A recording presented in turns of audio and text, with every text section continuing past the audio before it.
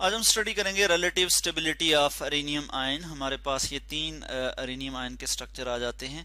ये दो जो स्ट्रक्चर आपको नजर आ रहे हैं ये आर्थो एंड पैरा अटैक की वजह से हैं, और ये वाला जो स्ट्रक्चर है ये मेटा अटैक की वजह से है। ठीक है, और अरेनियम आयन या फिर इसको हम सिग्मा कम्प्लेक्स भी कहते हैं, या फिर हम इसको साइक्लोहेक्साडाइइनाइल कैटायन भी कहते हैं।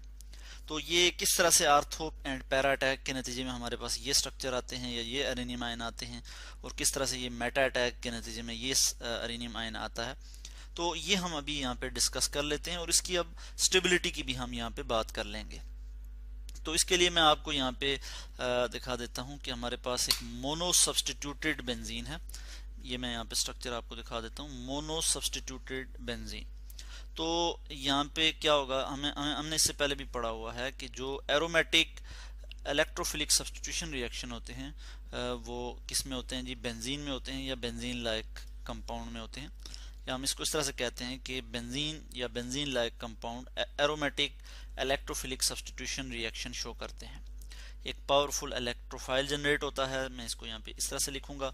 और फिर यहाँ पे क्या होता है कि यहाँ पे हम देखते हैं कि यहाँ पे अगर आर्थो अटैक है, ठीक है, यानी इलेक्ट्रोफाइल अगर आर्थो पोजीशन पे आके अटैच होता है, यहाँ पे आर्थो अटैक में शो कर लेता हूँ, तो हमारे पास कुछ इस तरह से स्ट्रक्चर आ जाएगा। मैं आपको यहाँ पे स्ट्रक्चर दिखा देता हूँ, यानी एक अरेनियम आयन हमारे पास आएगा, और वो किस तरह से होगा ये आप देख सकते हैं कि इस तरह से हमारे पास ये अरेनियम आयन जो है वो आ जाएगा। ठीक है, और पॉजिटिव चार्ज इस केस में आप देख सकते हैं मेटा पोजीशन पे है। ठीक है, और ये हमारे पास आर्थो अटैक है। अब अगर मैं इसी चीज को यहाँ पे आपको बताऊं कि पैरा अटैक की अगर मैं यहाँ पे बात करता हूँ, तो पैरा अटैक के नतीजे में हमारे पास क्या आ जाएगा, मैं यहाँ पे सब्स्टिट्यूएंट लिख लूंगा। इसी तरह से मैं यहाँ पे इलेक्ट्रोफाइल की भी बात करूंगा, इलेक्ट्रोफाइल भी इसी तरह से लिखूंगा। और यहाँ पे जो हम अटैक शो करेंगे वो कुछ इस तरह से शो करेंगे कि यहाँ से ये वाली जो पोजीशन है यहाँ से अटैक होगा। ठीक है, और इलेक्ट्रोफाइल पे अटैक होगा, और इसके नतीजे में हमारे पास किस तरह से आएगा जी अरेनियम आयन। ये मैं आपको यहाँ पे शो कर लेता हूँ कि हमारे पास इस तरह से जो है हमारे पास अरेनियम आयन कम्प्लेक्स आ जाएगा। इन दोनों केसेस में अगर आप देखें तो आप देख सकते हैं कि मेटा पोजीशन पे पॉजिटिव चार्ज है। ठीक है, मेटा पोजीशन पे पॉजिटिव चार्ज है, और इसमें यानी आप देख सकते हैं कि ये हमारे पास आर्थो अटैक है। ठीक है, ये जो है, ये जो सिग्मा कम्प्लेक्स बना है ये आर्थो अटैक के नतीजे में बना है, आर्थो अटैक। और ये वाला जो सिग्मा कम्प्लेक्स है ये हमारे पास पैरा अटैक के नतीजे में बना है, पैरा अटैक। ठीक हो गया। अब हम इसी चीज को आगे देखेंगे कि मेटा अटैक के नतीजे में हमारे पास किस तरह से बनेगा जी, हमारे पास सिग्मा कम्प्लेक्स किस तरह से बनेगा वो मैं आपको यहाँ पे शो कर लेता हूँ।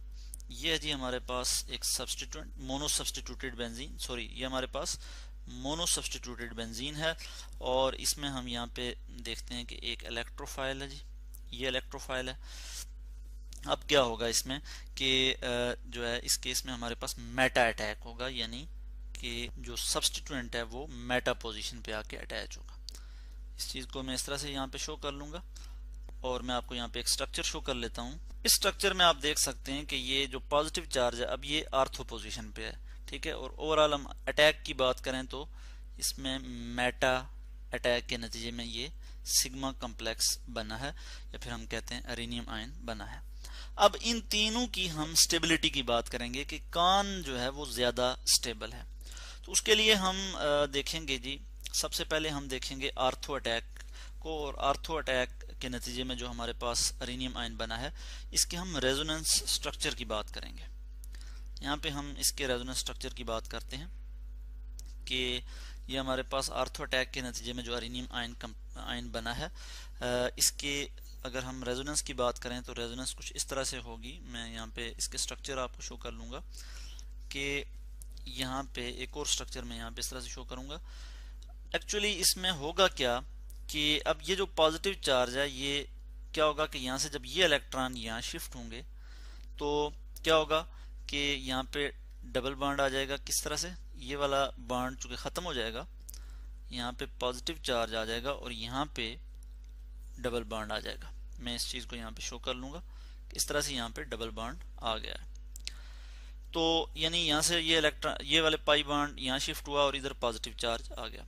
अब नेक्स्ट स्ट्रक्चर अगर मैं आपको यहाँ पे शो करूँ तो किस तरह से आ जाएगा हमारे पास, वो मैं यहाँ पे शो कर लूँगा कि अब क्या होगा कि यहाँ से ये वाले जो पाई इलेक्ट्रॉन है यहाँ शिफ्ट होंगे, जिसके नतीजे में यहाँ पे पॉजिटिव चार्ज डेवलप हो जाएगा और ये वाला बॉन्ड जो खत्म हो जाएगा। मैं यहाँ पे शो कर लेता हूँ। अब यहाँ पे क्या हो जाएगा, इस जगह सब्स्टिट्यूएंट, जिस कार्बन के साथ सब्स्टिट्यूएंट डायरेक्टली अटैच है वहाँ पे पॉजिटिव चार्ज डेवलप हो जाएगा और यहाँ पे भी एक डबल बॉन्ड इस तरह से मैं यहाँ शो कर लूँगा। तो इस तरह से हमारे पास ये एक स्ट्रक्चर आ जाता है जो कि आर्थो अटैक के नतीजे में जो हमारे पास सिग्मा कॉम्प्लेक्स बना था ये आ गया। अब हम इसी तरह से पैरा अटैक के केस में हम देख लेते हैं कि क्या होता है और हम उसकी रेजोनेंस स्ट्रक्चर भी यहाँ पे ड्रा करते हैं। ये हमारे पास जो अरेनियम आयन आता है ये पैरा अटैक के नतीजे में बनता है। इसकी अगर हम बात करें तो इसमें बेसिकली ये होता है कि यहाँ पे अगर इसकी मैं रेजोनेंस स्ट्रक्चर ड्रा करूँ तो ये वाले इलेक्ट्रॉन इधर शिफ्ट होंगे, जिसके नतीजे में क्या हो जाएगा जी। अब हम यहाँ पे आपको स्ट्रक्चर शो कर लेते हैं। तो ये हमारे पास स्ट्रक्चर आ जाता है, यानी सब्स्टिट्यूएंट के साथ डायरेक्टली जो कार्बन अटैच है उस पर पॉजिटिव चार्ज आ जाएगा और फिर क्या होगा कि जब यहाँ से ये वाले इलेक्ट्रॉन यहाँ शिफ्ट होंगे तो अब पॉजिटिव चार्ज कहाँ पे आएगा। मैं यहाँ पे स्ट्रक्चर आपको शो कर लेता हूँ कि अब ये हमारे पास स्ट्रक्चर आ जाएगा, अब पॉजिटिव चार्ज यहाँ पे आ गया है। तो इस तरह से आप देख सकते हैं कि ये जो पैरा अटैक के नतीजे में जो हमारे पास सिग्मा कॉम्प्लेक्स बना था, इस केस में जो पॉजिटिव चार्ज है वो किस तरह से जो है वो पूरे रिंग में मूव कर गया और इसमें जो जिस कार्बन के साथ सब्स्टिट्यूएंट डायरेक्टली अटैच था उस पे भी जो है पॉजिटिव चार्ज यहाँ पे गया है। और ये जो रीजन है ये मेन रीजन है स्टेबिलिटी का। तो आर्थो और पैरा जो हैं ये ज्यादा स्टेबल हैं मेटा से। अब किस तरह से मेटा से ज्यादा स्टेबल हैं, मेटा के लिए भी हम यहाँ पे एक स्ट्रक्चर यहाँ पे रेजोनेंस स्ट्रक्चर यहाँ पे ड्रा करेंगे।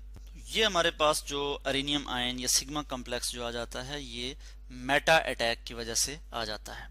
ठीक है, अब इसमें क्या होगा कि यहाँ से ये वाले पाई इलेक्ट्रॉन यहाँ शिफ्ट होंगे, जिसके नतीजे में हमारे पास क्या स्ट्रक्चर आ जाएगा, मैं यहाँ लिख लेता हूँ। तो ये स्ट्रक्चर जो हमारे पास आ जाता है इसमें यहाँ पे पॉजिटिव चार्ज आ जाता है। अब एक और स्ट्रक्चर भी इसमें बनेगा और वो किस तरह से बनेगा हम यहाँ पे देख लेते हैं। ये वाले इलेक्ट्रॉन यहाँ शिफ्ट होंगे और हमारे पास रिजल्टिंग स्ट्रक्चर कुछ इस तरह से आ जाएगा। तो इस तरह से हमारे पास ये जो है स्ट्रक्चर आ जाता है। तो इसमें अगर आप देखें, इसको कंपेयर करें मेटा अटैक के नतीजे में जो हमारे पास कम्प्लेक्स आया था सिग्मा कम्प्लेक्स, तो इसमें जिस कार्बन के साथ डायरेक्टली सब्स्टिट्यूएंट अटैच है वहां पे पॉजिटिव चार्ज नहीं जा रहा, रिंग में इन पोजीशन पे जा रहा है। यहाँ से चार्ज इधर आया, इसी तरह से यहाँ पे आया, मगर इस जगह पे नहीं आया।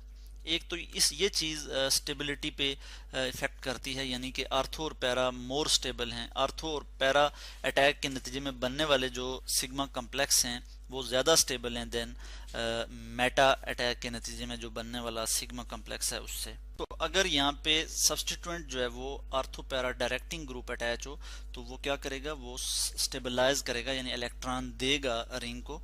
इस चीज़ को मैं इस तरह से भी जो है वो बता सकता हूँ आपको कि, बल्कि मैं यहाँ पे ऐसा करता हूँ कि ये स्ट्रक्चर आपको शो कर लेता हूँ कि हमारे पास ये जो है अरेनियम आयन जो है इस पे जो सब्स्टिट्यूएंट है अगर वो कोई इलेक्ट्रॉन डोनेटिंग ग्रुप है लाइक OH में यहाँ पे लिख लेता हूँ, यानी OH, तो ये क्या करेगा, ये रिंग को स्टेबलाइज करेगा इलेक्ट्रॉन दे के, रिंग को इलेक्ट्रॉन देगा, जिसकी वजह से इलेक्ट्रॉन की डेंसिटी आर्थो और पैरा पोजीशन पे बढ़ेगी और रिंग तो क्या होगा कि रिंग जो है वो मोर फिजिबल हो जाएगा फॉर इलेक्ट्रोफिलिक अटैक। जबकि मेटा के केस में ऐसा नहीं है। मेटा के केस में आप देख सकते हैं कि जो पॉजिटिव चार्ज है वो यहाँ पे नहीं आ रहा, यानी सब्स्टिट्यूएंट के साथ वाला जो कार्बन है वहाँ पे नहीं आ रहा, बल्कि रिंग बल्कि उससे दूर जो है वो जा रहा है, यहाँ से यहाँ पे आ गया, इसी तरह से यहाँ पे जो है वो चार्ज आ गया। और इस केस में अगर हम यहाँ पे बात करते हैं किसकी जी, यहाँ पे अगर हम बात करते हैं किसी ऐसे सब्स्टिट्यूएंट की कि जो कि क्या हो, इलेक्ट्रॉन विड्राइंग हो, जैसे मैं यहाँ पे अगर नाइट्रो ग्रुप की बात करता हूँ, यहाँ पे मैं NO2 या नाइट्रो ग्रुप यहाँ पे लिख लेता हूँ। तो ये जो नाइट्रो ग्रुप है ये इलेक्ट्रॉन विड्रा करेगा रिंग से। ठीक है, जब ये रिंग से इलेक्ट्रॉन विड्रा करेगा तो मजीद जो है क्या करेगा, आर्थो और पैरा पोजीशन पे डेफिशिएंसी क्रिएट करेगा, तो इलेक्ट्रोफिलिक जो अटैक है वो डिफिकल्ट हो जाएगी, बल्कि उसके लिए रिंग को ये डीएक्टिवेट कर देगा। जबकि जो आर्थो पैरा डायरेक्टिंग ग्रुप होते हैं वो रिंग को एक्टिवेट कर देते हैं फॉर फर्दर इलेक्ट्रोफिलिक अटैक। और अगर हम यहाँ पे इनके रेजोनेंस स्ट्रक्चर की बात करें तो इस केस में जहाँ पे ortho para directing group as a substituent लगा हुआ है, यहाँ पे रेजोनेंस स्ट्रक्चर भी ज़्यादा बनते हैं। और यहाँ पे अगर मैं बात करूँ नाइट्रो ग्रुप की, जो कि इलेक्ट्रॉन विड्राइंग ग्रुप है, तो इस केस में यानी मेटा अटैक के नतीजे में क्या होगा कि जो रेजोनेंस स्ट्रक्चर है वो भी कम बनेगी, क्योंकि आर्थो और पैरा पोजीशन पे पॉजिटिव चार्ज होगा, यानी कि इलेक्ट्रॉन की डेफिशिएंसी होगी, तो सिर्फ मेटा पोजीशन ही बची होगी कि जहाँ पे कोई इनकमिंग सब्स्टिट्यूएंट आ सकता है, और ये इसके भी बहुत कम चांसेस होते हैं। तो हमने देखा कि आर्थो और पैरा अटैक के नतीजे में बनने वाले अरेनियम आयन हैं या जो सिग्मा कम्प्लेक्स हैं वो ज़्यादा स्टेबल हैं देन मेटा अटैक के नतीजे में बनने वाले सब्स्टिट्यूएंट्स।